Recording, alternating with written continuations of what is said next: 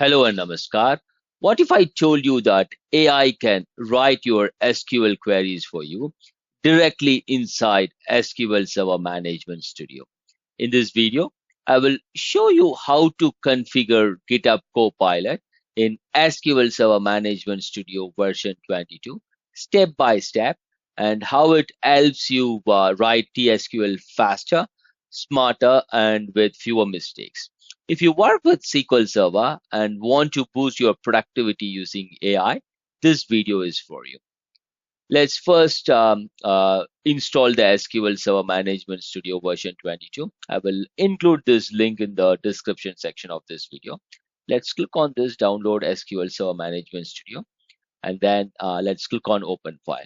Please note that we need Visual Studio. I don't have anything on this server, so that is something that you need to look at. Yeah, so it basically tells like before you get started, we need to set up a few things so that you can configure your installation. Yeah, so let's click on continue, and then let's wait for it to get the Visual Studio installer ready. Yep, so it's currently installing, so let's wait for it to complete.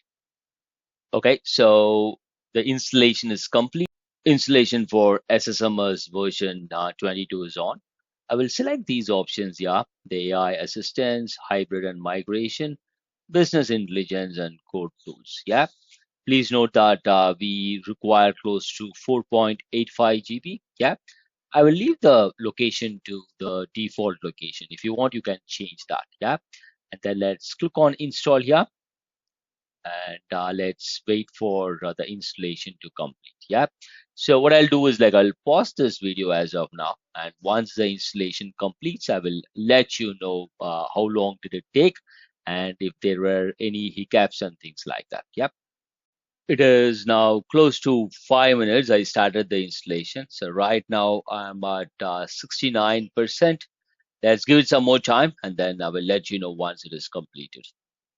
Installation completed. It is recommending me to restart the Windows. Yeah, let's click on OK. In my case, it took close to like 8 minutes. So let me launch the Management Studio now.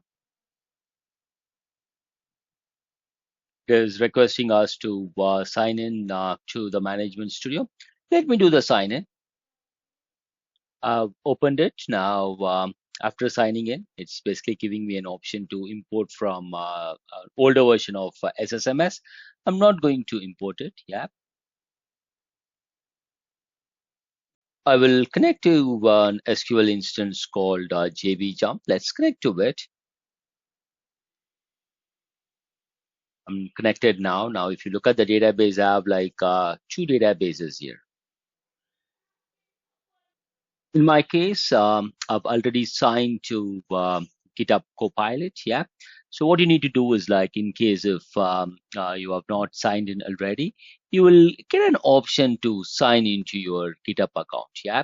So what you can do is like you can click on sign in, and what will happen is like the SSMS will be able to use that credential and then start utilizing the GitHub Copilot. Yeah. So in my case, it is all configured right now. So you can go ahead and start using it. Yeah. Now, when you click on this tools and then click on options, and when you go to the text editor here and then look at the code completion, and you have this general here. And if you see here, you will be able to see that the Copilot completion model, you have this information here. Yeah. So now what you will do is like, let's click on a new query here. Yeah. And then what I'll do is like, now that the configuration is completed, what I'll do is like, I will start asking a couple of questions and then see if I'm able to get any output from the Copilot chat. Yeah.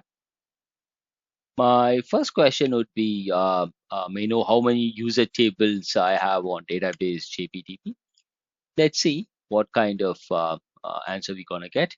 So if you see here, it basically tells like you need to be signed into Copilot to use the chat. Yeah.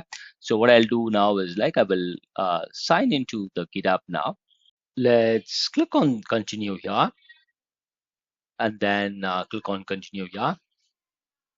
And then if you go back to your SQL Management Studio, you can see that it is configured now. The green color tick mark basically tells like it is signed in. Yeah.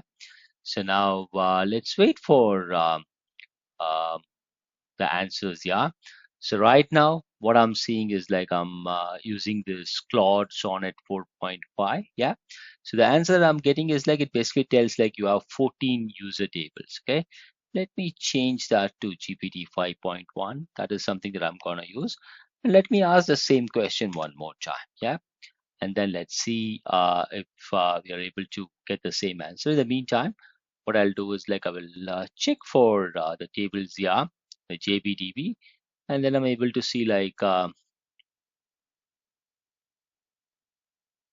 14 tables are there. So the answer seems to be right here. So let me ask like, can I know oh, the largest table with row count?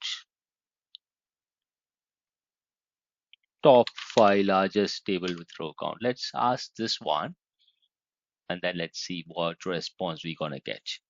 So it's basically like it helps you with all kind of TSQL. Yeah.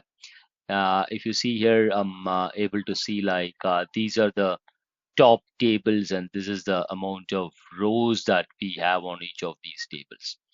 That's it for this video. Thanks for watching. Have a great day. Jai Hind.